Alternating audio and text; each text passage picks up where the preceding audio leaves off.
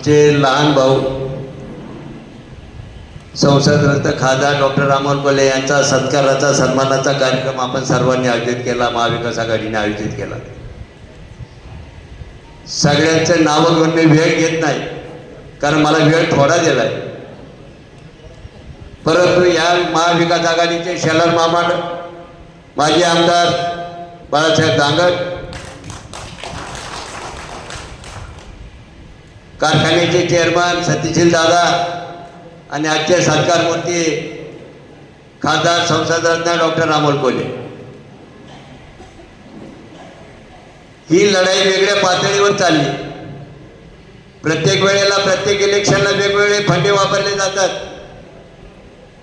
या वेळेला ही लढाई सर्वसामान्य जनता आणि सत्तेचा माज असणारी नेते यांच्यामध्ये खऱ्या अर्थाने ही लढाई चालू होती। निष्ठा आणि अनिष्ठा याची लढाई होती। आमच्या कुटुंबामध्ये निर्णय झाला साहेबाबरोबर राहायचं। घेतलेला निर्णय किती योग्य होता ह्या तुम्ही सर्वांनी साथ देऊन तुम्ही सार्थ ठरवला। साहेबांनी, मी आता खासदार साहेब तुम्हाला सांगणार नाही, ज्या वेळेला आमची भूमिका खासदार साहेब सांगायला गेले पवार साहेबांना, चेअरमन साहेबांनी पहिलं वाक्य खासदारांना पाहिलं काय वापरलं माहिती? अमोल, सगळे सोडून गेले तरी चालते, फक्त तू माझ्या बरोबर थांब। आणि खासदार साहेबांनी त्यांचा शब्द खरा केला। पवार साहेबांनी हिरा होता आपला, पण त्याला पैलू पाडायचं काम साहेबांनी केलं, पवार साहेबांनी केलं। जयंत पाटील आणि सुप्रियाताईंच्या मार्गदर्शनाने मार्गक्रमण केलं। कोणता राजकीय वारसा नाही, कोणती राजकीय पार्श्वभूमी नाही। आम्ही राजकारणात होतो, पण आम्ही तालुक्याच्या बाहेर गेलो नाही, आमच्या मतदारसंघाच्या पंचायत समितीच्या गणाच्या बाहेर आम्ही गेलो नाही। साहेबांनी हेरला आणि त्याला पैलू पाडायचं काम साहेबांनी केलं। आज त्यांना इतका बहुमान आपल्या शिरूर लोकसभा मतदारसंघाच्या प्रत्येक मायबाप जनतेला, असणाऱ्या प्रत्येक घटकाला, सर्वसामान्य जनतेला सन्मानात्मक असं काम साहेबांनी त्यांच्यावर जबाबदारी टाकली। संसदेचं उपनेते पद दिलं, पण प्रथम म्हणून सुद्धा त्यांच्यावर जबाबदारी आज शिरूर लोकसभेची त्यांना दिली। कोणता वारसा नाही या अर्थाने मी म्हणलं। नेतृत्व करायचं म्हणल्यावर कर्तृत्व लागतं, पितृत्वाचा वारसा दाखवून चालत नाही।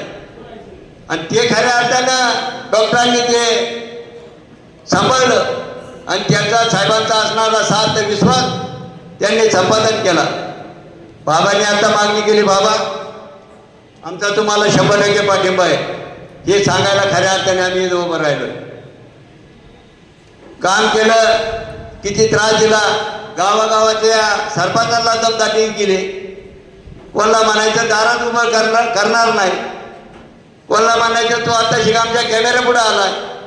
या सगळ्या संकटातून चौगुले साहेब आपल्या कार्यकर्त्यांनी मार्गक्रमण केलं आणि यश संपादन केलं। त्याच्यामुळे या यशाला वेगळी किनार आणि झालं।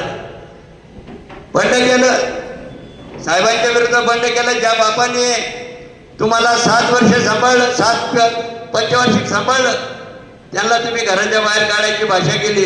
आणि ह्या सर्वसामान्य माणसांनी, सर्वसामान्य जनतेने, असणाऱ्या मतदारांनी त्यांना आश्रय द्यायचं काम केलं आणि खऱ्या अर्थाने पाठिंबा दिला। एवढी गुंडगिरी, एवढी दादागिरी करायचं काम केलं। मी म्हणतो, बंडखोरांची भाषा भांडायची, वृत्ती गुंडाची आणि कृती शेंडाची होती, म्हणून तुम्ही सर्वांनी त्यांना साथ देऊन त्यांना तुम्ही निवडून आणलं। धन्यवाद देतो भाऊ म्हणून। मला त्याचा साथ मिळणार। परवा दिवशी साहेबांच्या तिथं मिटिंग झाली। मी मिटिंगमध्ये पवार साहेबांना सांगितलं, मला साहेब शिवाजी महाराज जन्माला यावा, पण दुसऱ्याच्या घरात यावा अशी पूर्वीपासूनची आपल्याकडं प्रथा आहे, म्हण आहे। पण शिवाजी महाराजांच्या विचाराचा माणूस माझ्या घरात जन्माला आला, याचा मला सार्थ अभिमान आहे। आणि हा सार्थ अभिमान तुम्ही खऱ्या अर्थाने सार्थ ठरवला।